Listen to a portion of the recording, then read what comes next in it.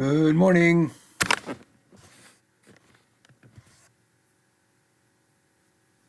Good morning. I hope Jamie will be with us shortly.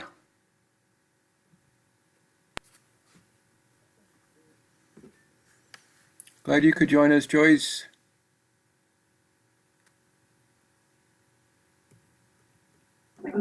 Yes, thank you. It's good to see you. It's good to hear your voice. How have you been? Uh, I'll say okay. I'm dealing with some spine issues, so I Oh, just I'm got a sorry. procedure done Wednesday, and I see the surgeon on Monday. So we'll see. I don't know. It's always something. Oh, I'm sorry to hear that. Well, Yeah, hope thank things you. will go well and we'll send some healing energy your way. I know. I don't have time for this. Well, life does that. Yeah, We make time for it.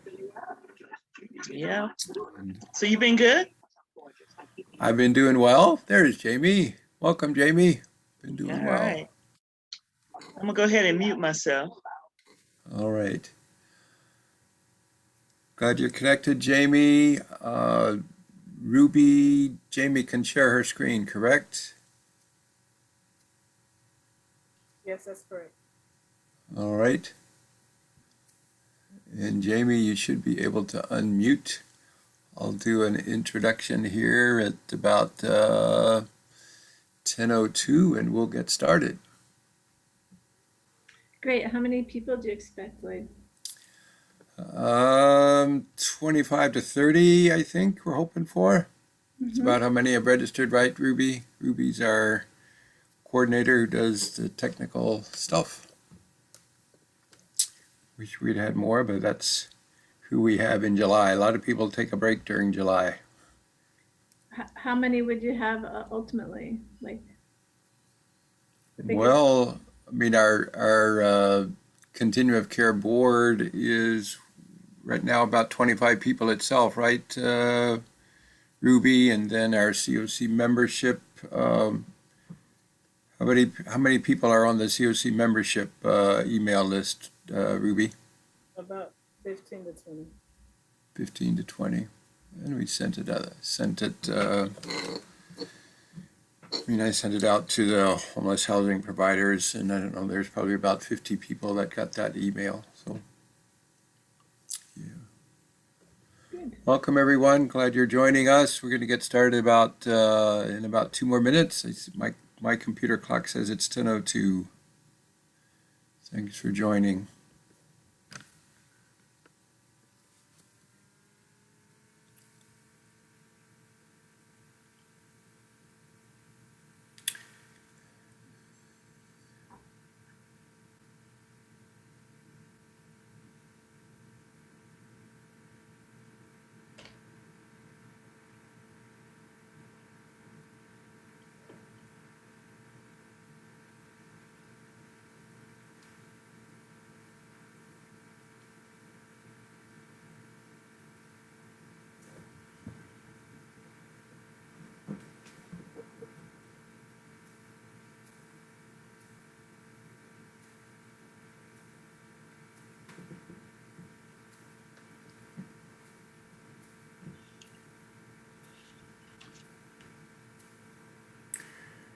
Ruby, do we get any notices or do you get any information as to how many people are viewing the recordings at the COC website? Yes, I can. Is there one in specific you're looking for? No, I was just curious whether some people who don't join us live are viewing some of the previous sessions that we've had, and we'll certainly want to make sure people are aware that they can view it later. Yes, I've seen. I have to run analytics again, but there are folks who watch our videos. Good.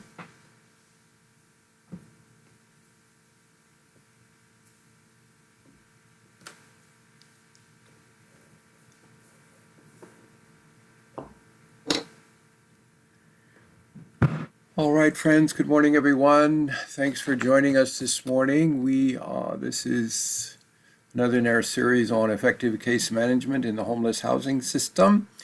The session is being recorded, and we certainly invite people to use the chat to put questions in. I know Jamie is planning to leave a fair amount of time at the end for Q&A and further discussion as to how we can move to implement shared housing system-wide in the Durham Continuum of Care. So I'm pleased to introduce to Durham this morning Jamie Taylor. I got introduced to Jamie when I participated in a shared housing conference that she and colleagues offered via webinar back in March of this year.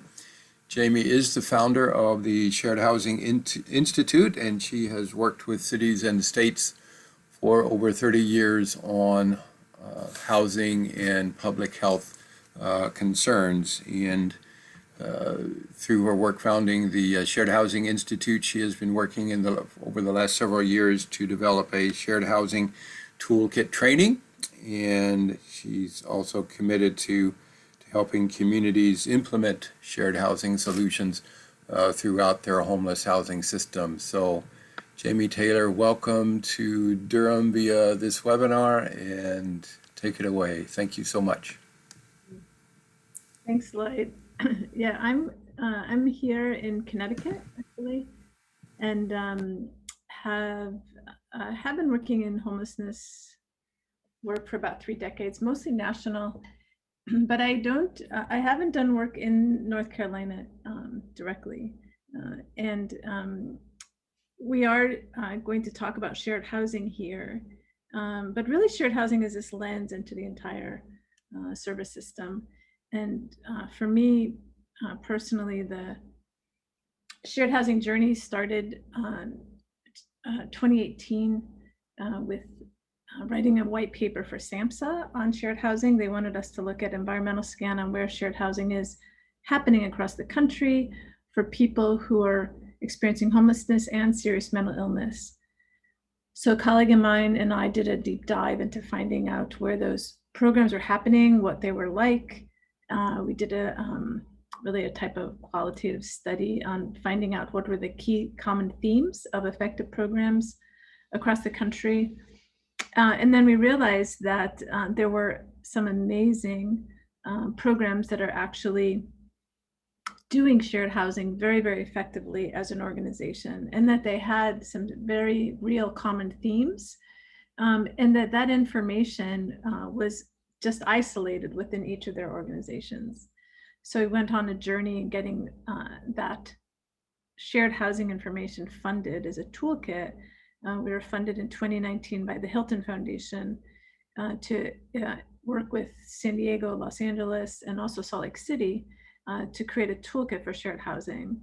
And from there was a lot of work with a lot of places in California, especially the hardest hit numbers, and bringing out what the shared housing ideas are, what the effective resources are, and realized that in order to really make a dent, we needed to bring this to a higher level and bring it to a broader audience. So I'm really excited to share with you today some of the high level learnings we have now from our partners of amazing dynamic shared housing leaders, and some of the things that it takes to do effective shared housing, some of the lessons learned.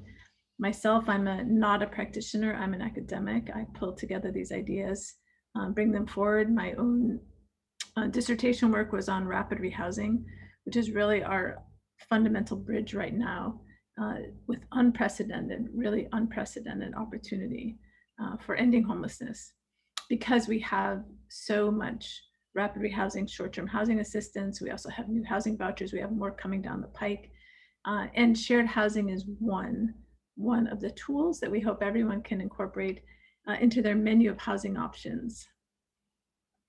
So I wanted to start with this video that in March, Lloyd came to the first National Shared Housing Conference, where we had lots of panels with lots of wonderful leaders. But one of the best panels for me was was the client success panel. And I'm going to play this clip because it's a great way to begin anchoring ourselves from their voice and their experience.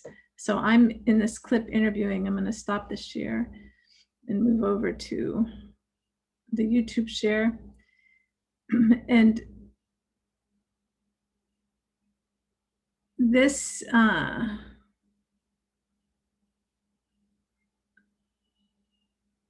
moving to the YouTube share, it might be interesting. This clip gives us a sense of where, let's see just what happens here. Where and how shared housing works for people who are moved in Connecticut. The two folks are from the London Hospitality Center. I'm gonna start playing it, then I'm gonna, yeah, you're gonna just hear it first. I'm gonna switch screens. So how, right now, like explain to us how many people you're living with, what that living situation's like, and how long you've been doing in shared housing. I have two people. It's me and one other guy. We've been doing this for 6.5 months now. I like it. I mean, I don't have no problems with it. We spoke. He knows what he can and can't do, and vice versa. Like, as long as we have communication, we're fine. Basically, in the household I share. Mm-hmm. Yeah, How about you? I have 2 roommates. We got good communication.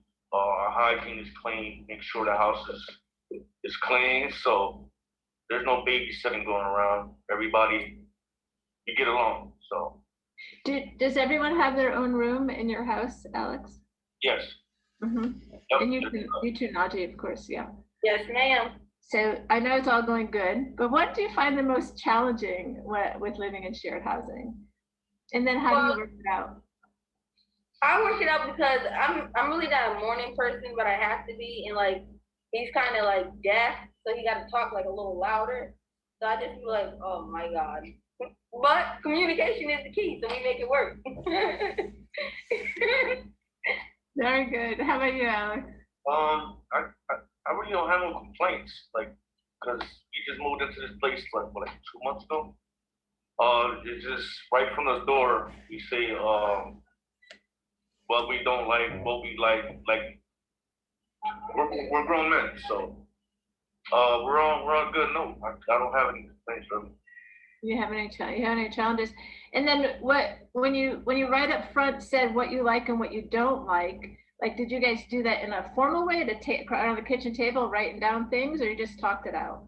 Yeah, we just talked it out right the first day, because I just met when I moved there, I just met them, so everything worked out. Yeah. And then so what surprised you the most about living in shared housing? You know, it was the biggest surprise from your expectations. That it actually works. Like, at first I was just like, this is not gonna work because he's deaf, I'm not, he's loud, I can be. But like I said, like, once we sat down and he said what he had to say and I said what I had to say, and we came to an understanding, it was just like, we can make this work. So 6 months, well, not even 6 months in, like a month and a half in, I was just like, oh, okay, I'm sold. Like, I could do this. Mm-hmm. My police workers, the people at the shelter, Rachel and all that, they worked it out. Yeah. Did they come by? Did Rachel come by and just check in and hear how things are going? Yep. Yeah. Her. Instead of us coming to see her, she comes to see us so she can, jot down everything. And if we have any worries, we hit Rachel. If not, we just keep life moving. Yeah, well, also have the nurse that works at the shelter. Like, she goes out her way. She's like a mother to us. She's like, Miss Dana. Yeah. I got a lot of love for her. That's Dana? Nurse Debbie. Nurse Debbie. So she comes out because you have health issues and she's coming out to visit, yeah. On her way, yeah. She always calling, she's always texting, she swings by, she's a wonderful, wonderful lady. Yeah. Do you think any of that impacts everyone living together, well, or just, how do you think that like check-in, even for Rachel to come by or the nurse coming by, does that check-in help with just maintaining some stability, do you think, or? It's wonderful because they care. We like that. Mm-hmm. For them to be caring about us, we appreciate it. Like, we talk very highly about these people, very highly on a daily basis. I mean, that's a human condition, right? Like when I don't feel well and my people come by and take care of me, I have the same thing. So that's a human condition that we feel cared about. It's a good thing. Yes. So in the how would you if you were like, we're all right now, there's lots of people on this call who are doing shared housing, they want to expand it or they want to start shared housing, and they're going to sell it for the clients. So like you said, you heard about it and you were ready to go. A lot of people hear about it, we've heard this a lot, and they're not ready to go with shared housing. They've got their own issues with it for a lot of reasons, youth, adults. So if you were just individually, but if you were Naji, going to be selling shared housing to someone, how would you do that? Like, what would you tell them about shared housing to try to help them explore it? And cheap, and not only that, like when we were told that we were doing the shared housing thing, there's a period where we had time to go see about who we were moving in with, to have conversation, you know what I mean? So if we already lived at the shelter, we had morning, noon, afternoon, and night to get to know each other. So it always worked. And then if we couldn't make it there before the day came for us to move in, we were told to go let them know, you know what I mean? So it's a lot of help to get us there. Like it really is cheap and it really does work. And if you have communication and you know you're not stubborn, or you can like be outside your box and think outside the box and do different things, share housing is for you. Really, it really is. That's great. How about you, Alex? How would you sell it to someone who's not ready to take it on for whatever reason? I'd say if you're having a rough time in life, like shared housing, they'll help you. Like I said, what she says, it's cheap, and it can help you boost up. It can help you along the way, but it's affordable.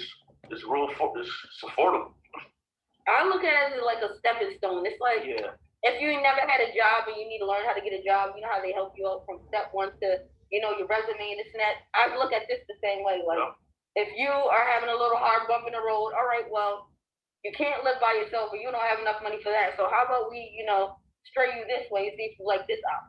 I like that. It's a lot of opportunities, but they help you in the long run. Yeah, that's right. And that you guys are taking it, but I feel like you also named it like number one. It's affordable. Number one, it allows you to live in housing. Number two, you've built out a stable companionship for it, is what I heard. And number three, I heard for you, especially Alex, you are recovering from surgery, and you've got people who can help you in some small ways. That's what I heard. Is that true? Yes, that's correct. Yeah, and you guys work out, like how you do meals is probably different for everybody, right? Because that's just how it is living with anyone. You work out meals, you work out food, you work that out together, right? Yeah, me and my roommates, like we get along because we're giving people. Like if I cook, I share. They cook, they offer. It's good. It's good. Plus, you get to socialize with other people rather than being by yourself. Okay. I'm going to get back to the PowerPoint. And really, I'd like everyone just to jump in the chat and say if you've ever been and lived in shared housing yourself. That's with unrelated person. How many of you have ever actually lived with, in shared housing? Just say a yes or a no in the chat would be great.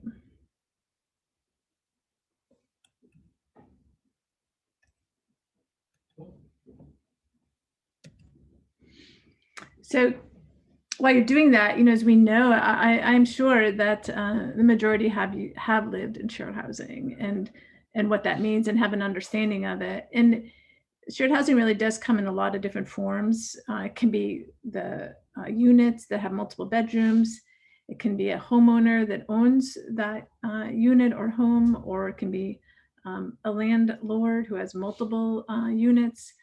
It also can be run as a master lease or run as scattered site units directly connected to the clients holding their own lease. It can be run as a new housing construction or collaborative housing where you actually share bedrooms. There are many, many, many ways and many different funding sources that we see here listed that support shared housing. One of the most important things to know about all these HUD funding sources including our rapid rehousing, our PSH, our diversion, our prevention funding, as well as Section 8 vouchers, all of which allow and promote shared housing. The client has to hold their own lease. So that's one of the critical takeaways in understanding our bridge now for building effective shared housing is knowing the model is where each client holds their own lease. We heard from Alex and Naji that it's successful, and the success comes in a lot of data we've collected. We'll see that in another slide on the effectiveness of shared housing for people in mature organizations that have been doing it a long time. So we're defining shared housing here in this training as permanent housing. Again, it's where 2 or more unrelated people have their own room and they share common living space. Every person holds their own lease directly with the landlord. And because they hold their own lease, they get to stay or leave at any time. So what we have is a norm of shared housing across our private housing market, where most of us have lived in shared housing ourselves or currently live in shared housing with unrelated folks. What's happened in our own home service system and the HUD system, shared housing is not kept pace in our high cost, even moderate cost, rising cost housing markets for people exiting homelessness, for people with vouchers. It's not yet a norm. And that's our goal here with the Shared Housing Institute and all the places we're working, is to really create the capacity where shared housing becomes an option, an equal option in the preventing and ending of homelessness. So it's just a fake menu, but it's really to share what the vision is, that it just becomes a part of the menu. You know, our job is to understand it enough and build the effective system structures that allow for shared housing to work well and offer it as a choice, client choice, in the menu of housing assistance that we have now. And it is happening like that in some places. We're doing a system-wide framework. Building that is a little bit different than an organizational framework because we want to bring this to scale sooner than later. We're looking at supporting system-wide frameworks, and how do we do that across our organizations, and how do we build a culture of shared housing. So we found that the way to do that is fundamentally, systems have to make sure their foundation is based on client choice, based on housing first foundations that are truly housing first, where client choice is at the center. And there's no fidelity model for shared housing. There's multiple ways of doing it for multiple programs and program types, but all of the effective shared housing programs, all the ones that we've scanned across the country over the last 3 years, all of them are built on this foundation of housing first, client choice at the center of the work. And we know what that means in many, many different terms. We go deeper with that. Right now we're running a national learning collaborative with 4 sites, Maricopa County, San Diego, San Bernardino County in California, and Philadelphia. So it's a 12-week framework for developing a system-wide shared housing culture. And we're bringing in all the tools and resources and the leaders that help co-train with us on that.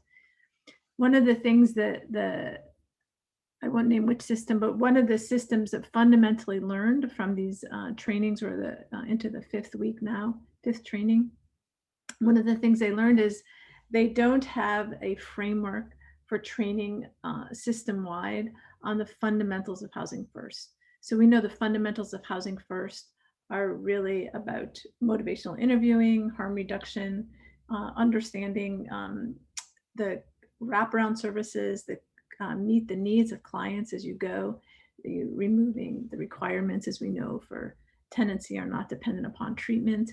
And they know that the staff training and staff capacities for that, in order to do effective shared housing, you have to have effective housing first, client centered, not just the words, not just a checkoff for HUD, who now requires also housing first in our applications, but really fundamentally having the staff capacities.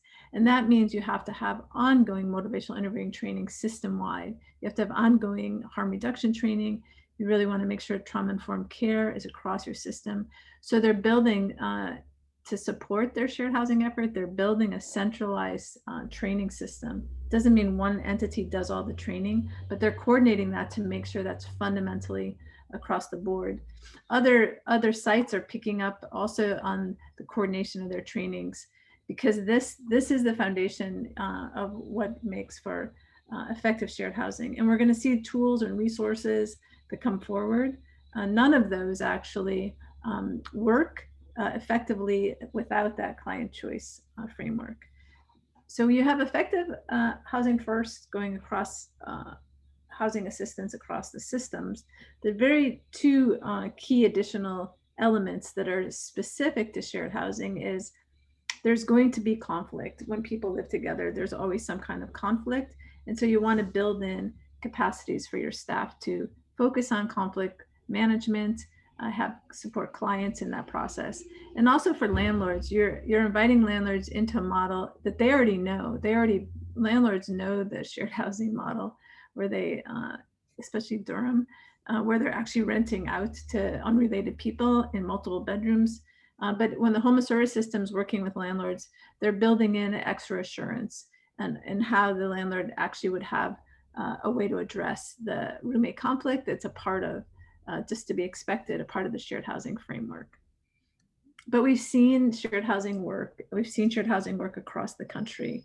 And this table shows you some of that data. So you look at Virginia, Florida, California, Connecticut, Los Angeles County, and you can see data from 2017, 2018, the numbers of people that they've housed, and this was from last July, a year ago now.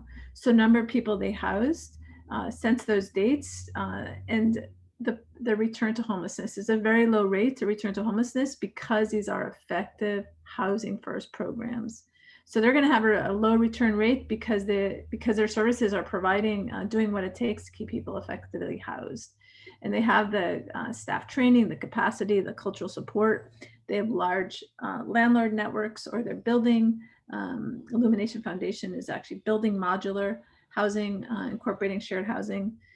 But this is showing us that shared housing does work with data.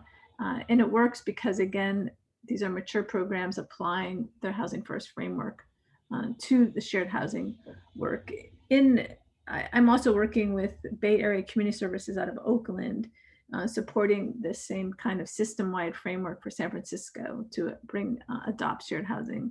So Bay Area Community Services is a very large organization, but they, since 2017, have housed over 2,000 people, no, not over, almost 2,000 people in shared housing.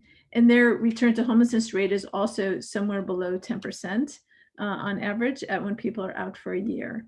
And they're committed and driven because they're in a very high cost housing market, and their options in getting people housed are very, very limited. But they've seen how it works, and they've seen how they need to expand it, which is why they're in partnership and leading the training and expanding it out to San Francisco, which is just beginning to adopt it across their system.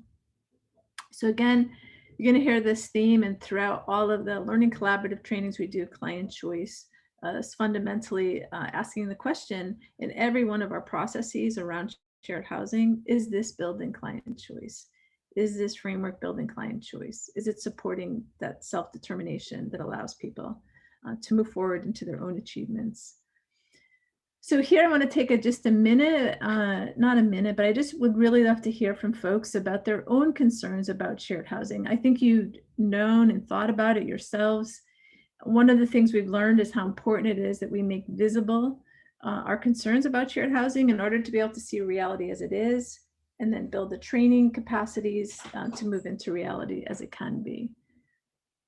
So if people could put into chat, I'm just going to read from what people put in. Some of the concerns they have about shared housing would be great.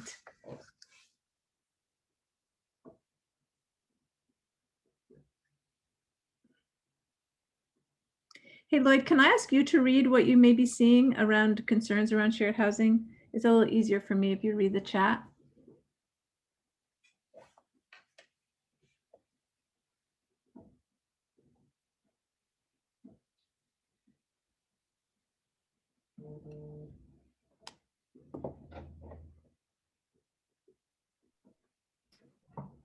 I'll put workers and non-workers from Philip Miller. Workers and non-workers, can you just say a little bit more about that?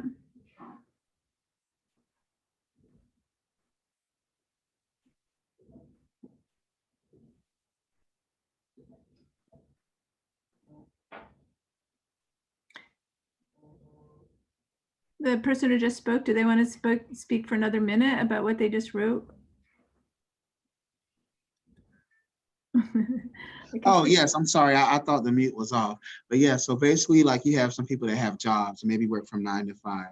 You have others that doesn't maybe get like a monthly income or something, and they have to be bed at a certain time, whereas the other person wants to stay up late and do things or maybe have friends over, like, Right. and that can be a conflict. Right. Exactly. Any other thoughts or concerns? Sharita McCollar says new landlord willingness to participate in this endeavor, and whether people can use the HCV housing choice vouchers for this type of housing. Yep. Getting landlords engaged in accepting clients holding their own lease.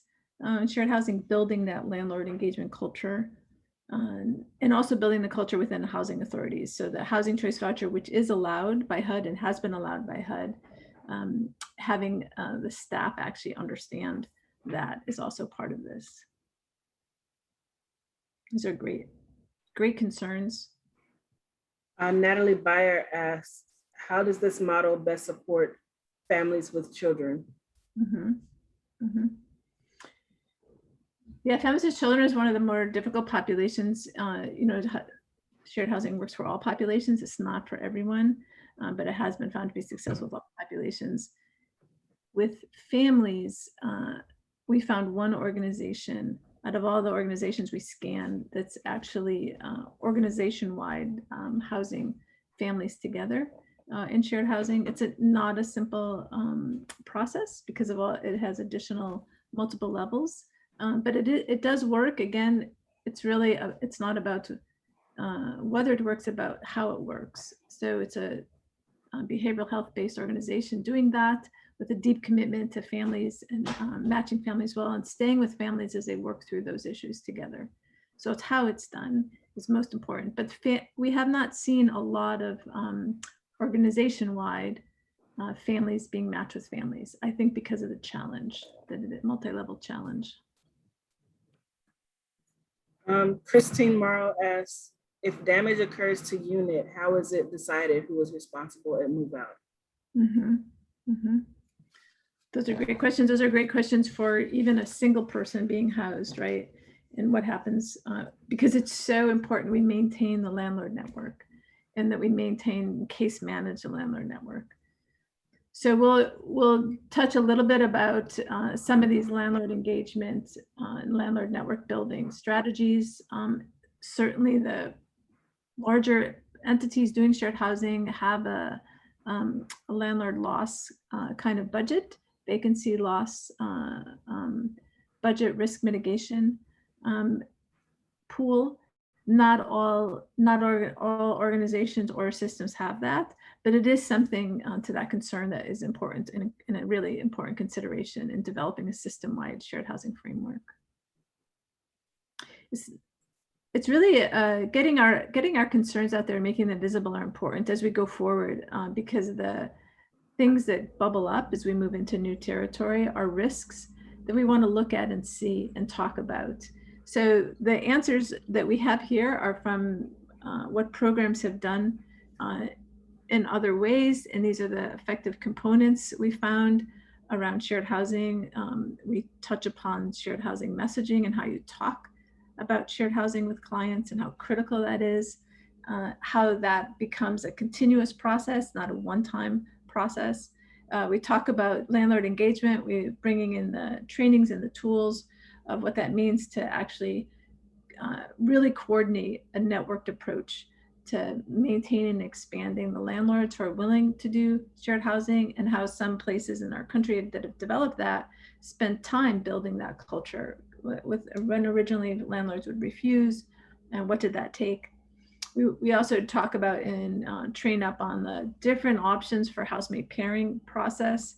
We really see it as a two-step process where housemate pairing tools help with identifying deal breakers and then promote the conversations clients have that to help talk about those issues of if you work, if you don't work, if you stay up late, if you have noise, how can we accommodate each other? So the identification of deal breakers in the housemate pairing process and a two-step process is some of the things we go into. And then conflict management, both for the client and the staff.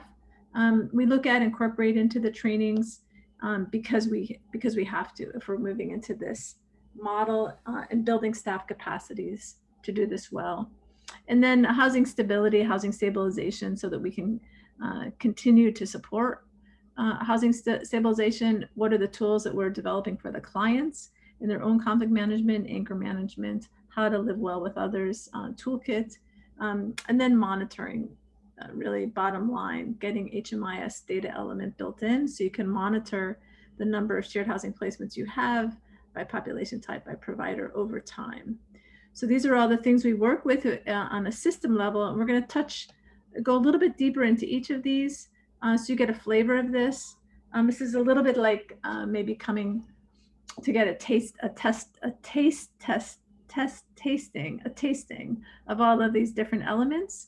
None of this is going to go deep enough to give you the tools to go out and do it, but it is to promote awareness that it is effective. And these are how the tools can actually be brought out system-wide, and then we can talk about how Durham might move forward in creating a system-wide framework around this. So with client messaging, we have a tool guide on how to effectively talk about shared housing.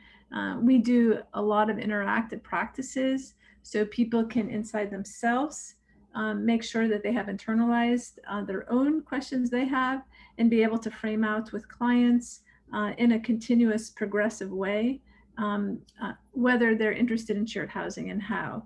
There's toolkits that are developed that also promote the framing towards budgets.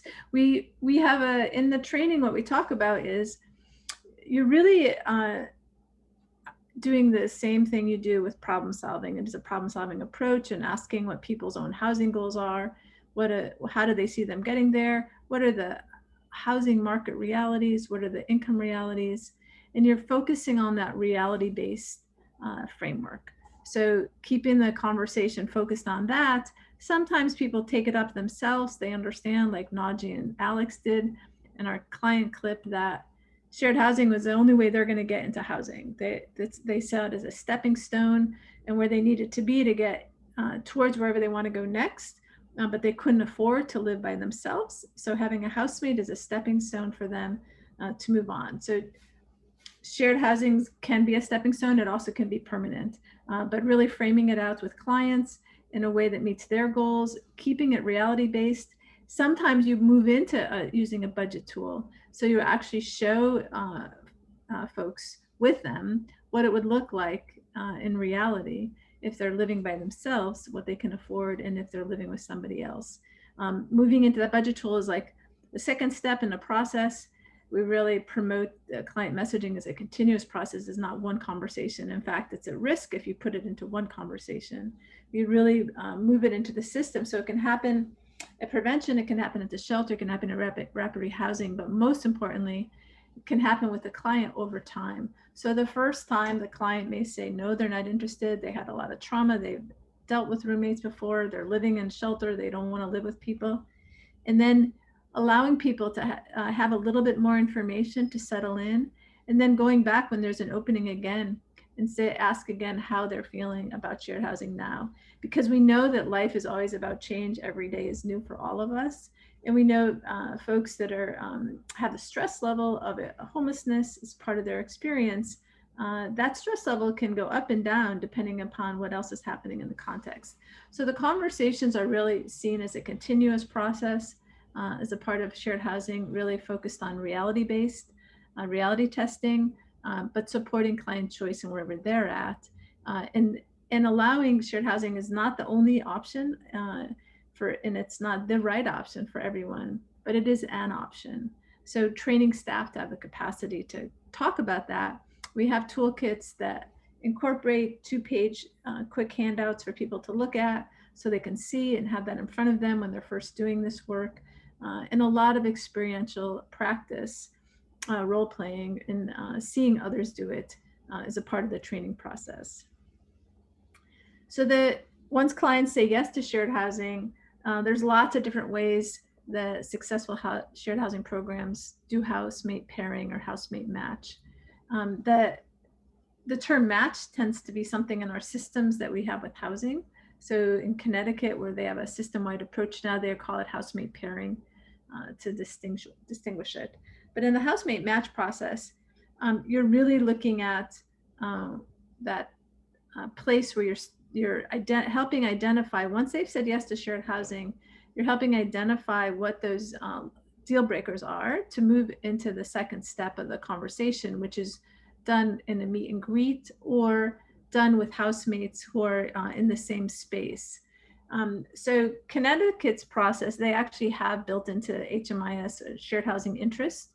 When people say they're interested in shared housing at any point in that system, it goes into the HMIS system and it clicks on, they're using Smartsheets. So there's a collaboration software that allows for the forms to be available to everybody throughout the system, every provider, every caseworker, every shelter worker, they can access this housemate pairing survey. And they actually winnowed down, they originally started with 24 questions. We have examples from 10 different sites on shared housing. Sometimes it's 6 questions, sometimes it's 24. One site's looking at a 75 question algorithm match. But the most important thing here is you have to bring it to fair housing in your process. You have to make sure that you're asking the questions in a way that's fair and of equity for everyone. And fair housing is quite stringent on asking age-related questions, gender-related questions. So how that's done is really critical. So Connecticut winnowed theirs down to this very simple form. And you can see here what's highlighted when it asks, what are the concerns, your top 3 concerns about future housemates. This is the list people have that go into the pairing process. They've added pets to this list, and they also found a way to get around the gender question of would you be comfortable in living with someone of different gender than yourselves, including transgender. So being very explicit, asking if people would be comfortable. They found a way of getting around that instead of having people have to reveal any kind of gender issues. So the fair housing screening is really critical. The Smartsheets, the way it works in Connecticut is that information then goes back. This is the back end of it. And there's 7 shared housing coordinators across the state of Connecticut. The state of Connecticut made a deep investment into shared housing. They used some of their rapid housing dollars, of which are so much, to actually hire in shared housing coordinators, because they understood that in order to create this new culture framework, you needed to have staff capacities whose sole purpose is really to look at this new culture shift and make sure all the elements are understood and brought out throughout the system. So the shared housing coordinators get the information and they're using these 4 check marks, whether clients reside in the same region, their gender preference, if there's no conflicting concerns, and then similar in age, that's like plus or minus 20 years. But it's definitely been seen that young people, as you can imagine, old people may have a hard time living with young people, 18 to 24.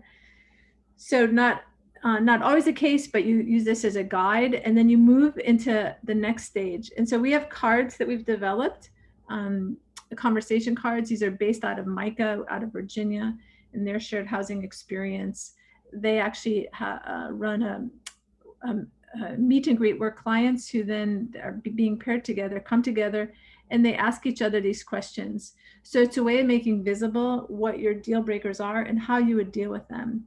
So there's 30 cards that we've developed into this initial conversation framework. And it's really, again, you take the initial pairing, you bring clients together and you have them talk with each other about what it is that what it is that's important to them and also how they would cope with that together. So in doing that, clients then can agree by choice, that these are people they want to live with, that it looks like somebody that they can work things out and have conversation with. And that they then move into a tool that's really great. One of my favorite tools is a housemaid agreement, where the clients are making visible between themselves what they've agreed upon. So the housemaid agreement's like 4 pages long. You don't use utilities, may not be something you even have to deal with. Ideally, the utilities are built in. That's obviously an easier model for anyone sharing housing. But the housemaid agreement itself becomes a platform, because it's a place where people have agreed and made visible their top deal breakers, along with the other rules they may have about quiet and cleaning. And so they start with a contract that they can then go back to. Maybe they want to take a piece of paper and put those rules out on on their refrigerator, maybe not. But it's also a contract that the case manager can support.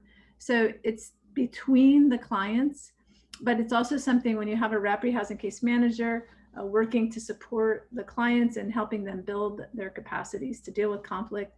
The case manager can remind people about the housemaid agreement and have people start talk about some of the deal breakers as they evolve and become visible over time. So the conflict management piece that we've seen work well in systems has multiple frameworks. So you can hire in conflict management training in West Palm Beach County, Florida.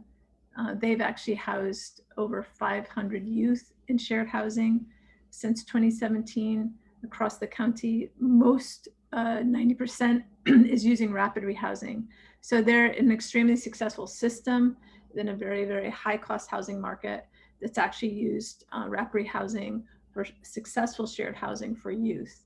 And in that system, they hired in a conflict mediation training group that did a lot of training for the criminal justice system. And they found that they are very good with community-based, reality-based trainings. And they brought those trainers in, the regional trainers in, to train up their entire staff.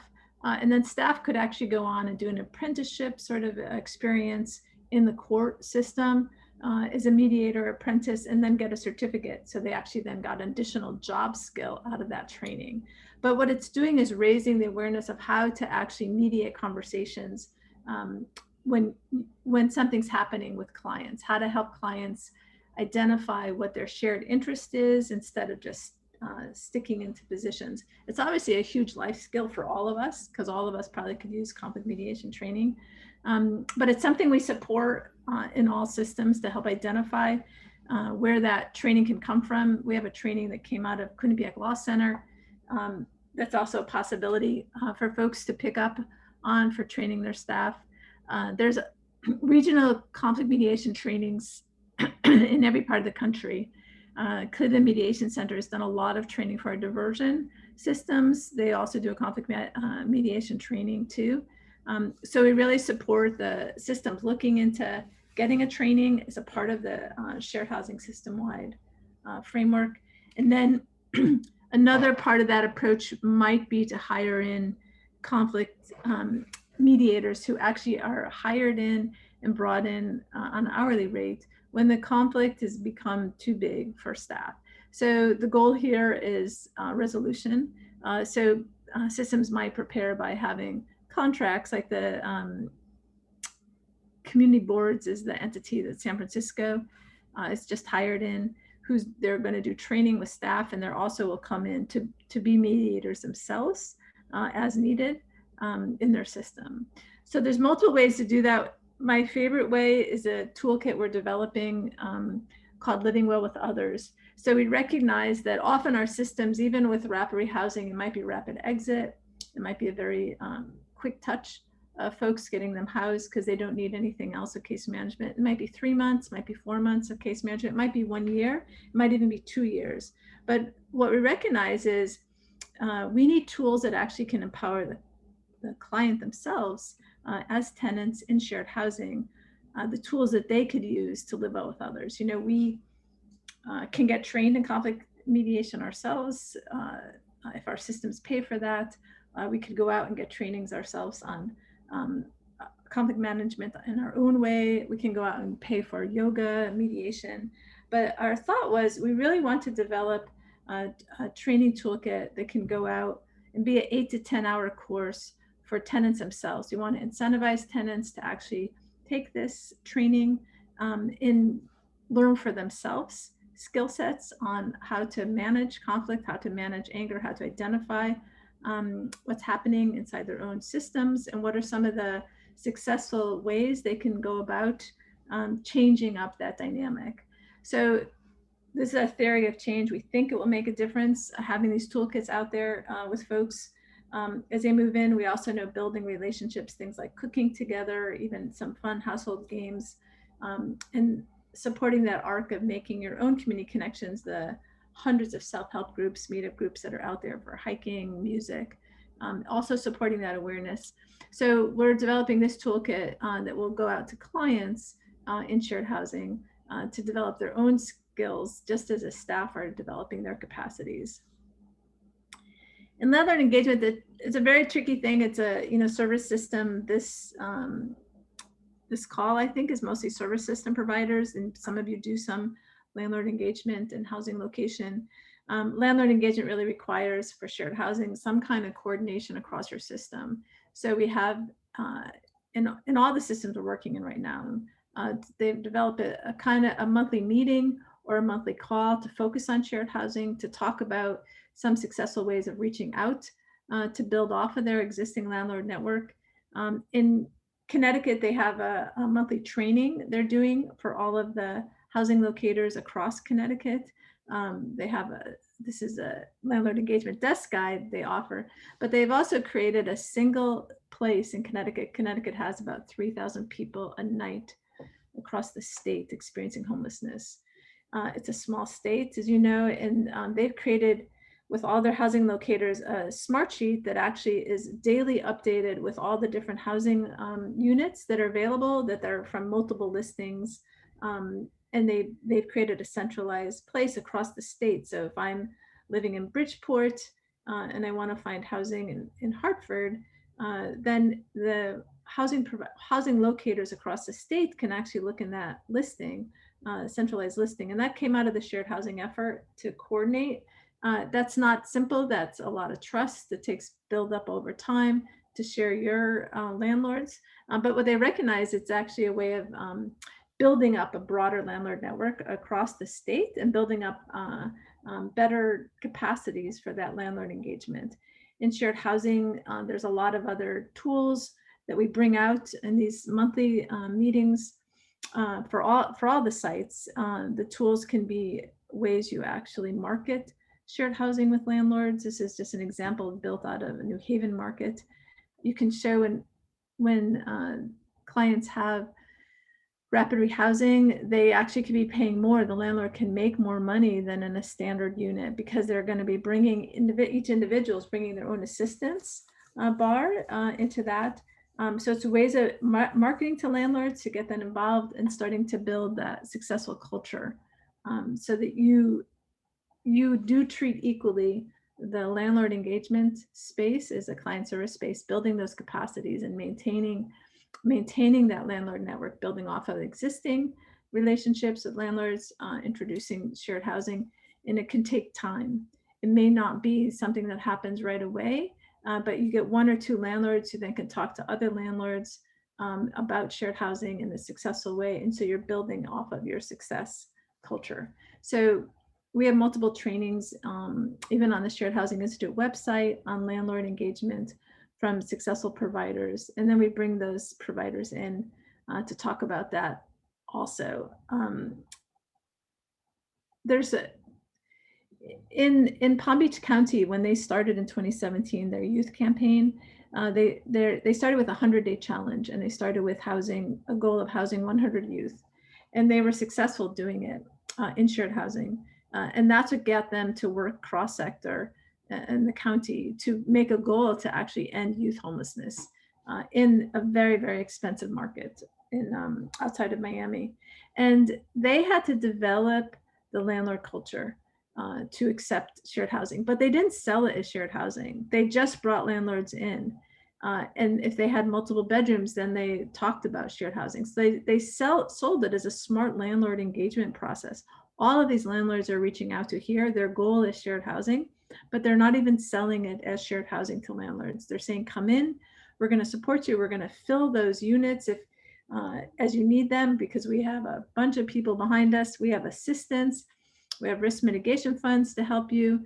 And if in shared housing, if a client actually moves out, and because they own their own lease, it's a landlord risk, not the client risk. The other clients don't pick up that difference. The landlord does. You as a service provider and the smart campaign flyers committing to landlords, they're going to be behind them. They're going to help fill that bedroom. They're going to help fill it and make that successful. And so they're building that engagement process over time because they know that's what it took. The only way they were going to be able to house any youth in their community was to get landlords on board to do shared housing. But shared housing is just a typical type of landlord work. So again, they didn't frame it as shared housing. They framed it as all the ways you do work to incentivize landlords to come into your system and build that relationship. So one of the things before we go into a little bit of the HUD rules, one of the stories I heard recently out of San Diego, was they had, San Diego's one of the systems we're working in, they're developing a system-wide framework for shared housing. And they had a housing unit that was made available with 3 bedrooms. So it was 3 bedrooms. It was a landlord who was very interested in wanting to continue to work with people moving out of homelessness. He didn't require a lot of background. You could have eviction history. He would let you in. And they have an entity called Brilliant Corners. The way that landlord engagement works, Brilliant Corners actually is funded to be able to hold the unit. When it's a good landlord and it's a good unit, they're able to hold it until they fill the vacancies. So they're the landlord engagement entity. They find this landlord who has a bedroom, someone moved out, a bedroom available in a 3-unit apartment in San Diego. The rent is $650 a month, and it's in a pretty good neighborhood. And this is from a colleague of mine who actually lives and works in San Diego. And he said, I would have done that if I was younger, not married, like that was a really great place. And he watched that unit, my colleague watched that unit be on that provider list, that housing list for 6 months before that bedroom was filled. And I'm just going to ask, why do you think that happened? Like, why do you think that unit, that bedroom was open for 6 months before a provider placed someone there into that shared housing unit? Any thoughts?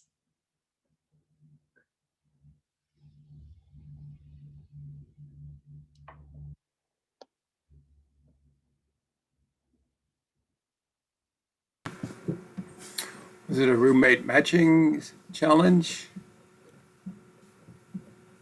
Well, they didn't have a systematic roommate matching, and then maybe, are you saying, Lloyd, like a fear of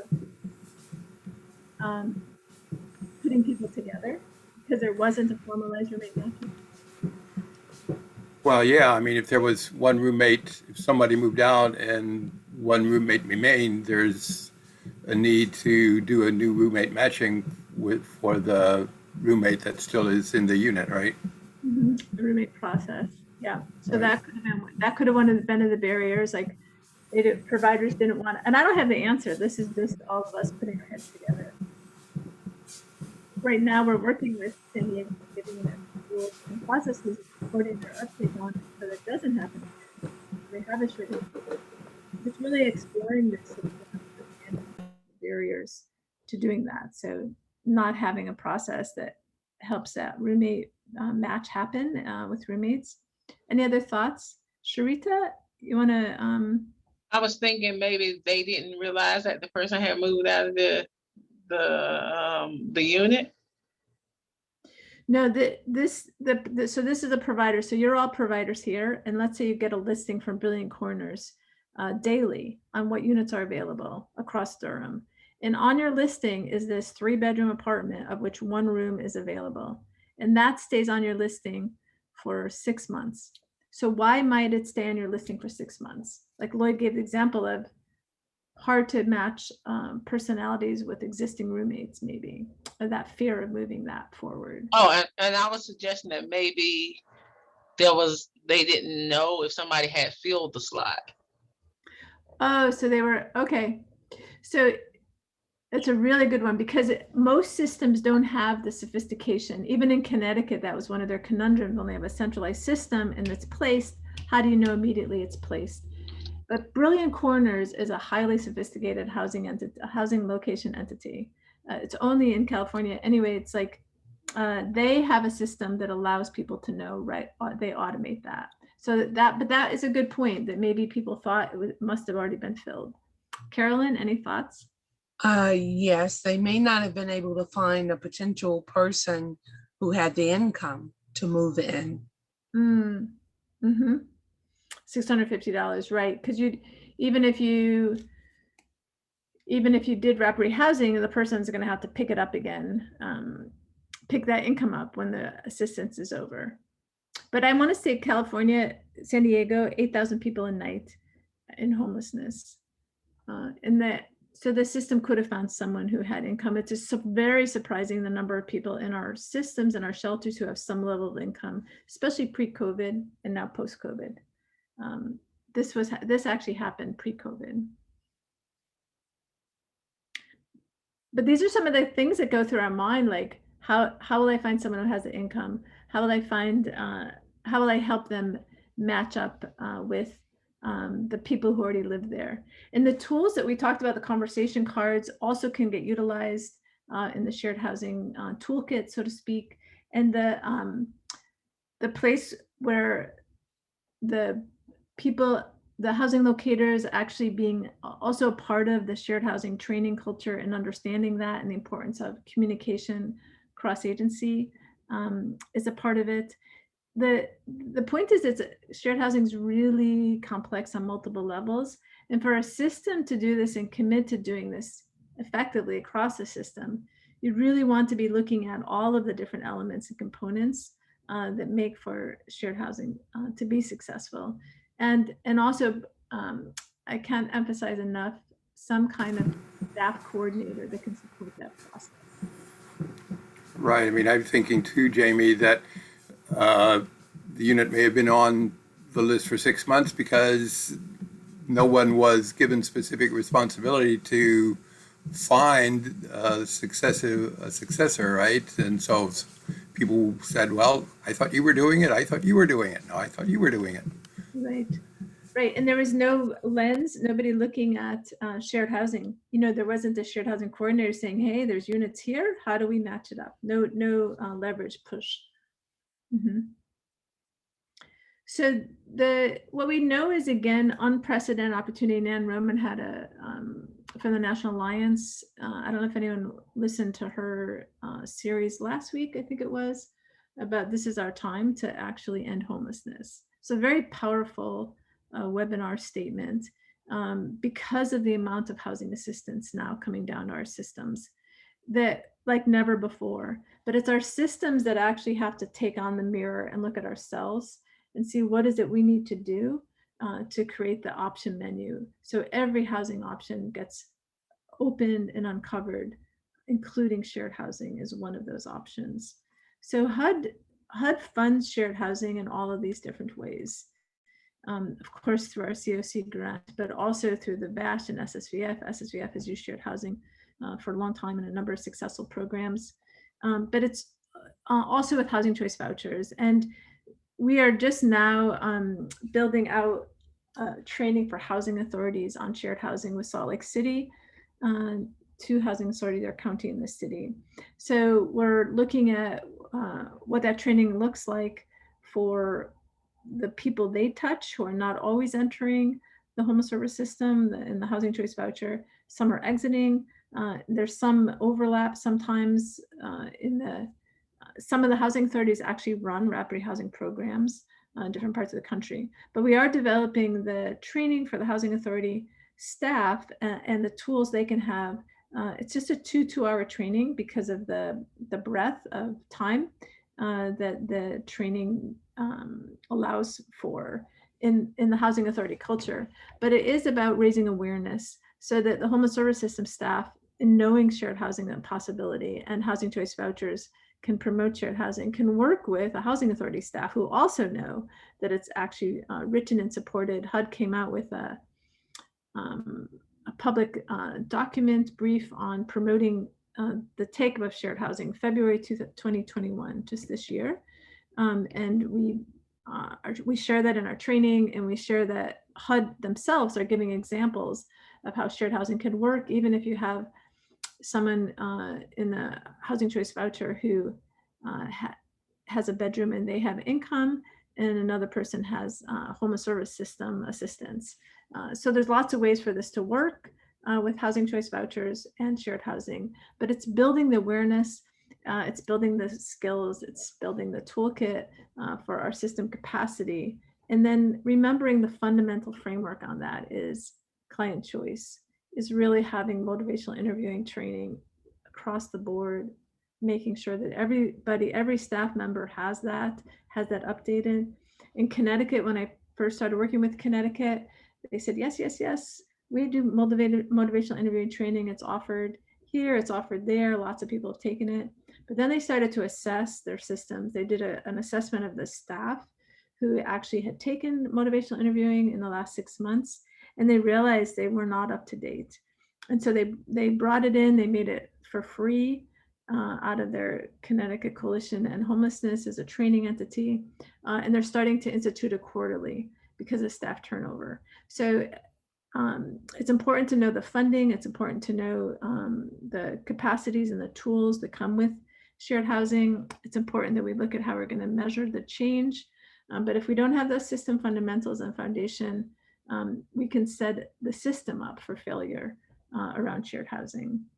So HMIS data points, we have 2 places where they're built in now for shared housing. One is Connecticut, where they have both shared housing interest in the initial assessment, and also if for every permanent housing, they ask whether it's a shared housing placement or not. And then also Los Angeles, since January 2019, they've had been tracking for every permanent housing placement, is this a shared housing destination or not. The HMIS, I think, Lloyd, are you with Jerry Leslie in Michigan's?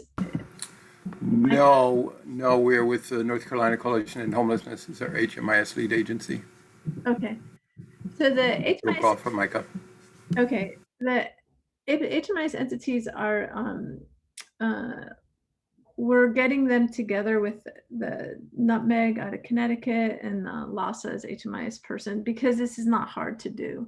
So it's educating when systems are ready, it's educating the HMIS persons from their system, talking to the other HMIS people who've actually done this, so they can see that it's something that they can do inside their own.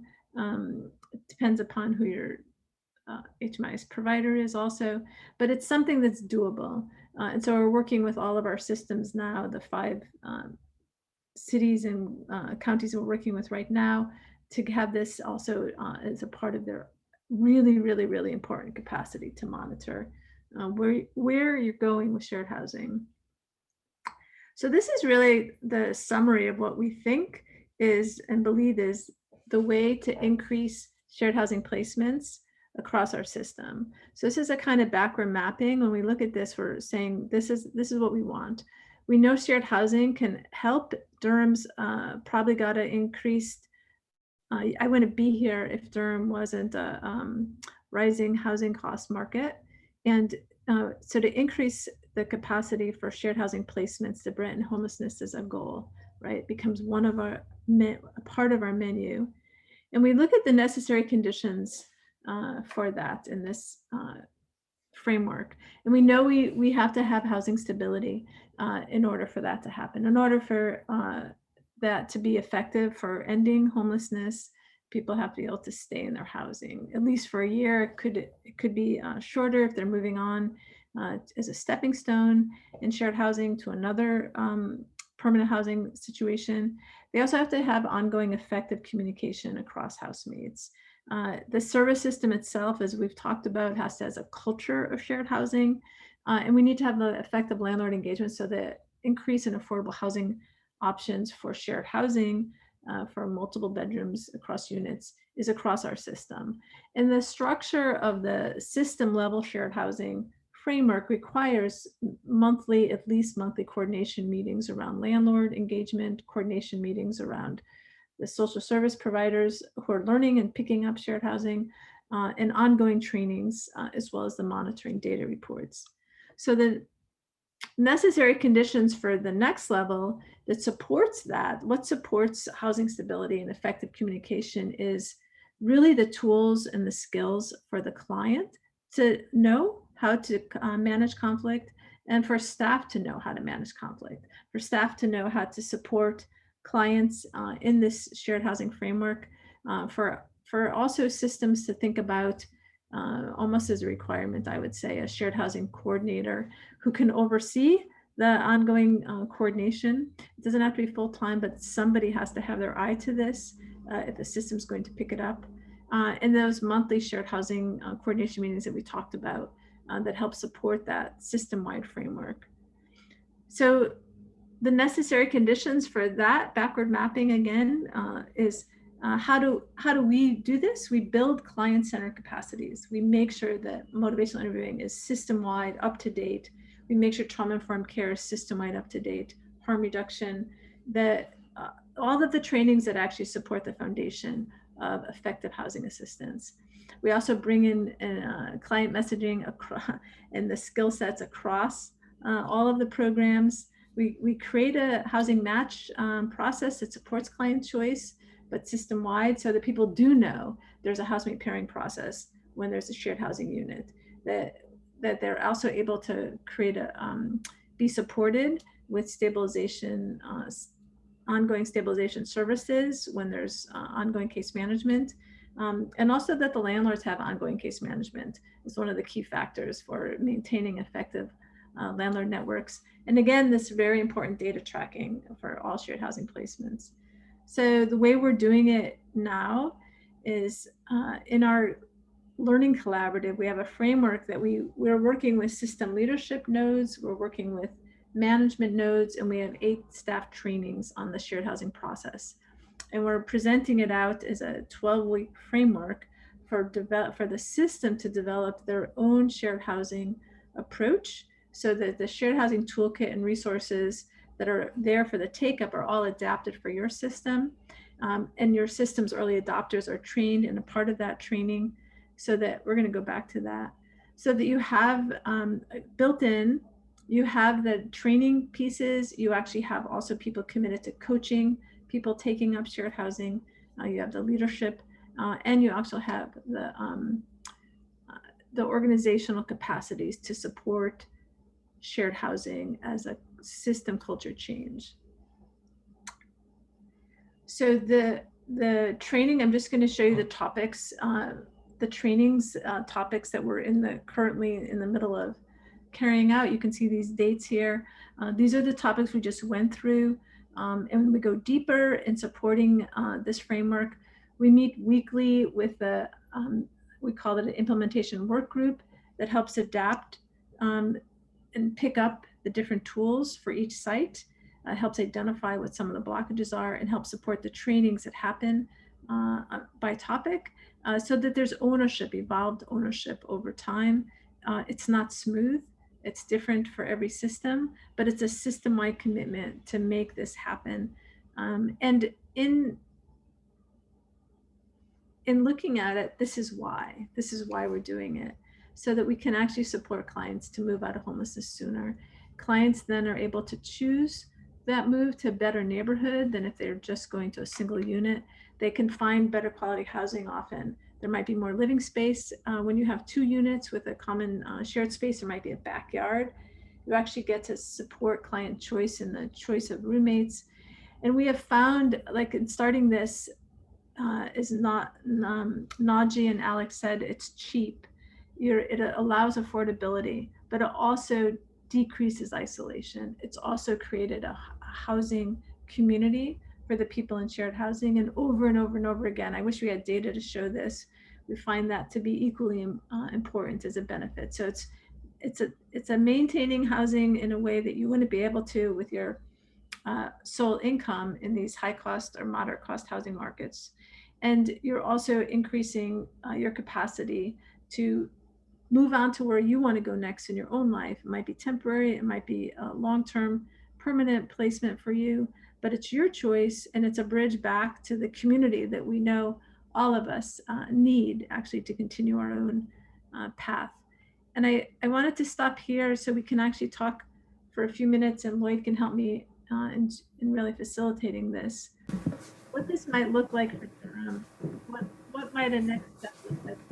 I know it's a lot to take in, and the urgency here is the housing assistance, and how do we actually plan to incorporate shared housing as a part of that housing assistance framework that we have in front of us, and this opportunity to literally end homelessness, as Nan Roman said just last week. So Lloyd? So thank you so much, Jamie. That was a great presentation. I think got dipped our toe in the water here a bit, and I think you've left us with a couple of great questions, which I think we can throw out to participants today to perhaps put answers in the chat to either of these questions, or if you'd like to unmute yourself, perhaps you could raise your hand using the reactions tab. Raise your hand, and I think, we can work to recognize you, and then you can unmute and make a comment orally. So what do people see as next step shared housing goal for Durham? How can we move forward to make a system-wide commitment to implement shared housing across the entire Durham COC?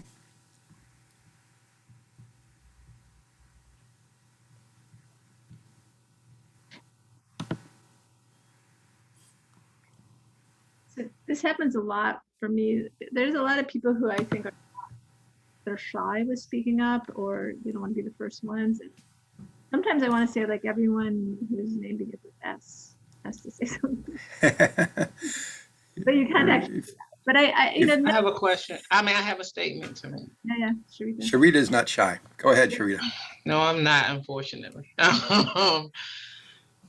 I just put a note in the chat about the fact that I think we may be able to get some landlords to be interested in it under the notion of getting additional monies for that one unit, because there will be two potential subsidies as when I'm looking at the housing voucher, choice voucher process.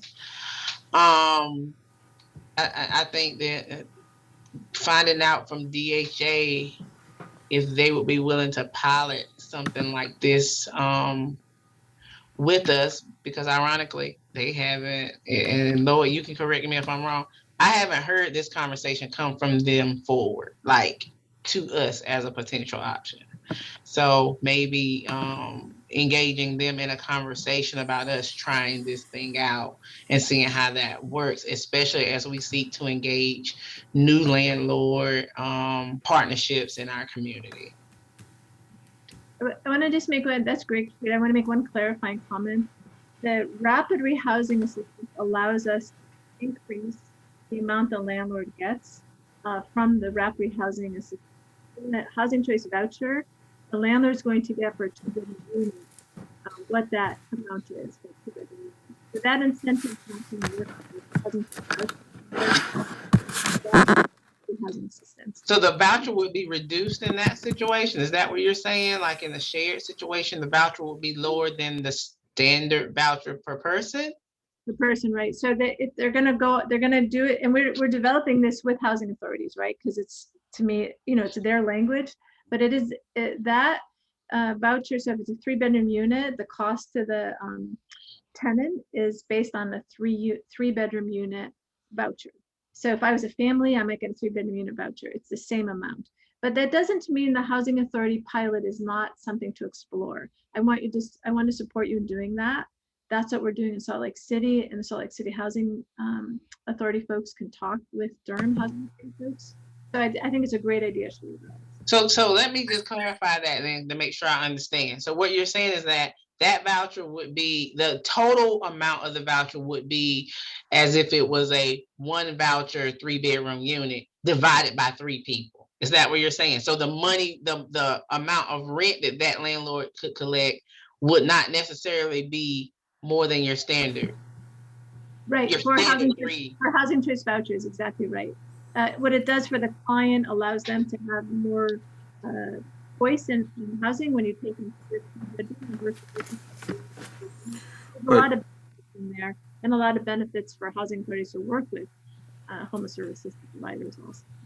Right, but to continue that example, if 3 people are contributing to renting a 3-bedroom unit, and each of them is paying 30% of their income towards the rent, chances I think are good that the amount that the housing authority or the government is chipping in to pay the difference between what the tenants can pay and the total cost of the housing choice voucher is likely to be somewhat less. So it potentially could stretch the overall housing choice voucher budget, right? Mm-hmm. Yeah, that's right. That's a benefit. Mm-hmm.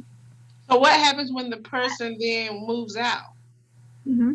So I'm gonna back up for a minute because I want to hear what Malcolm and Carolyn have to say, Shrita. But in this work with shared housing and housing choice vouchers, the process for when the person's within the homeless service system is different than when they're just a low-income household doing shared housing, right? Which is you're bound by tenant lease, just the way you're bound by any of us are bound by tenant lease, right? And if you move out, then the landlord's responsible for filling that space because the client has signed the lease with the landlord. But there are many benefits that are broader in a broader conversation. If we just can identify that partnering with the housing authority to explore shared housing is a good idea, I think it's a good placeholder for this concept, if this is what Durham wants. Because housing authorities across the country do not yet know about shared housing, even though the Public Housing Authority National was pushing it again in February to let people know.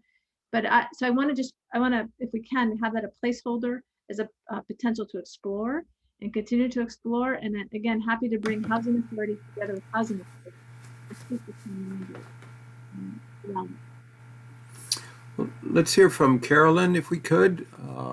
Carolyn, if you want to unmute yourself, Carolyn Hinton, unmute yourself and share your thoughts and comments.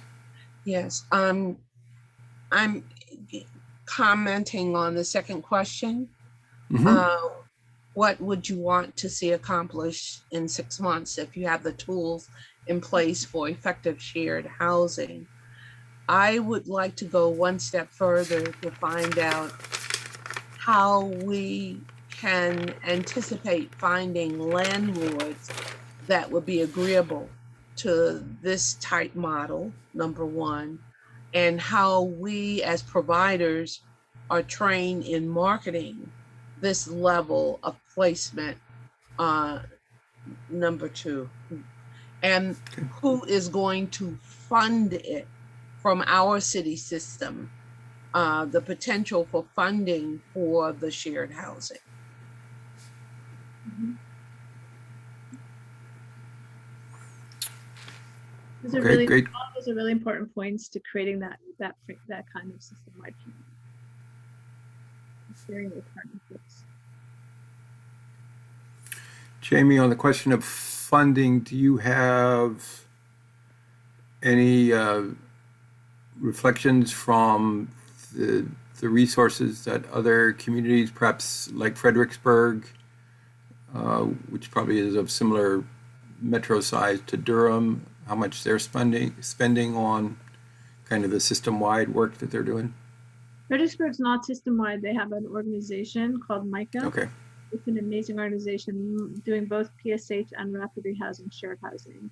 So that's not a apples to apples comparison. You know, I don't know where your rapid rehousing dollars out for Durham, But I would say there probably you probably have some area to grow in really using all of your Okay, and really because that looking at that plus back to Sharita's point, identifying partnerships where Section 8s and housing choice vouchers, we have emergency housing vouchers out there. Also, where shared housing can become an option, but you still have to have the capacity to do that. very good. There's Okay, funding, risk mitigation pieces. And right. costs also. We have been using some risk mitigation resources over the last several years.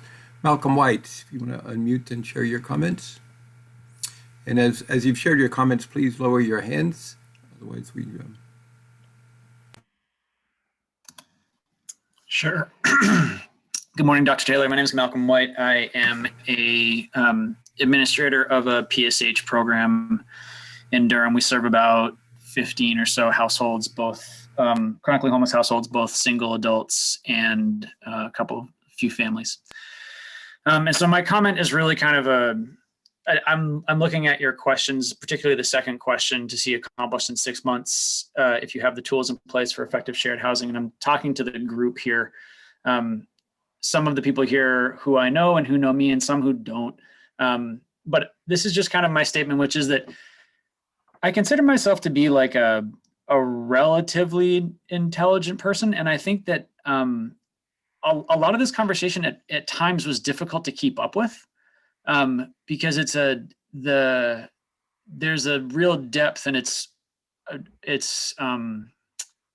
is a credit to the depth of the research that you did to create this, right? But what I'm talking about is that it became really, really clear to me that we have to understand this at a system level to make it effective.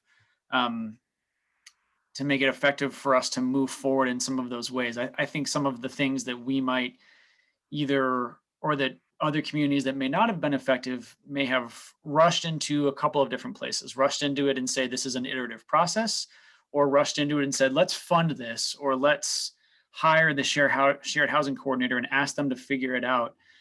Or let's go to, with respect to Sharita's point, let's go to our housing authority because they're rooted as a federal agency and ask our housing authority to take the lead on this.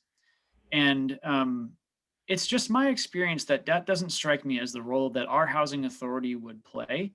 And I think that as a goal that I'd like to see, that if I want to see our community accomplish something in 6 months, it's to actually be able to go around to each other and say, do you understand what shared housing is? And do you understand how that we're able to move forward on this? And are we all sort of holding hands together to do this process? Because we do suffer, and I think communities in North Carolina, not just Durham's, have suffered before it reminds me of the housing first conversation 5-6 years ago, right? When we really started moving towards housing first and by name lists and things like that people didn't understand that entirely, or didn't really say that they weren't bought in, but went along because the community seemed like being bought in was what you were supposed to do, and you didn't actually make progress.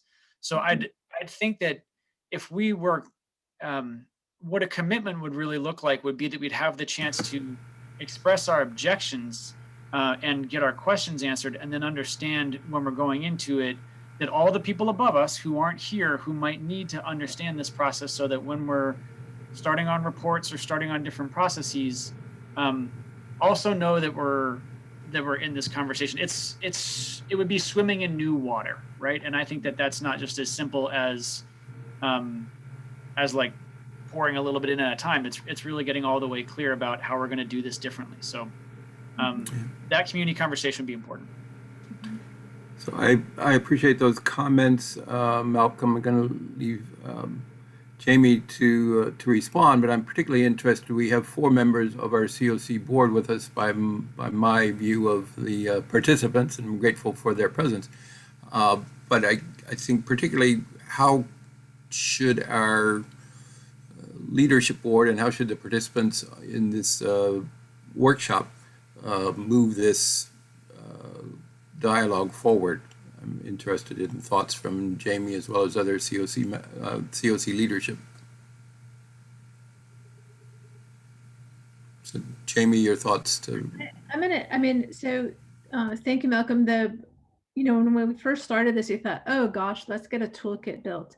We get the toolkit built and we just get the tools out there nationwide, everyone will pick up shared housing. And then we were working in a number of communities in California, sharing tools, and realized, wow, this needs to go deeper. This needs to go like creating a community practice. Then we're going to actually be able to walk through the processes deeper. So we created a community practice that was 4 or 5, depending, sessions. And we thought, now we have it, like this community practice, 5 sessions, same people, 40 people, whatever, across our system. And that still wasn't it. Right now, we're actually committed to this deeper 12-week system change framework. And the buy-in from systems is to come in, to use Malcolm's metaphor, to come in and walk in these waters.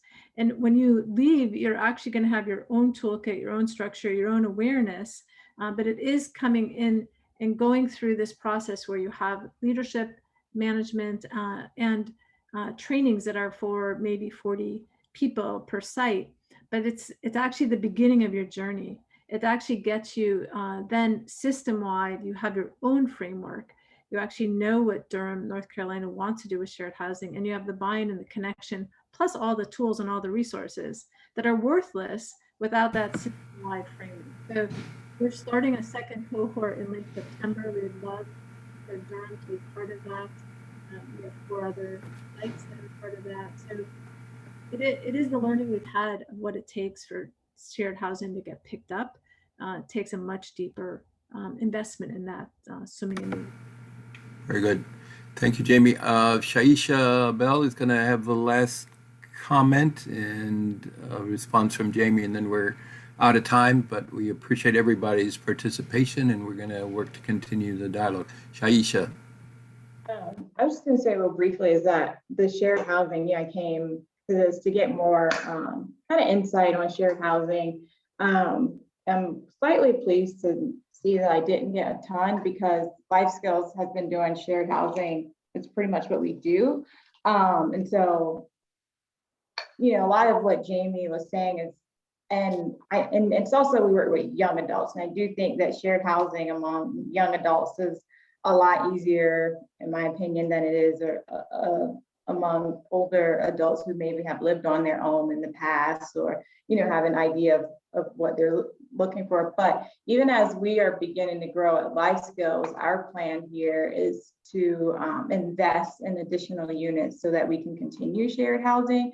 From a rental perspective, right now, our young adults are not renting and they share housing, an apartment in transitional housing where their money goes into savings, but we are starting to move into the, purchasing maybe additional houses, which we've had in the past. We've done scattered sites so that we can rent those out to young adults in the future because, while it, in my opinion, wouldn't be the most ideal, I'd love for everyone to have their own apartment. The reality is that there's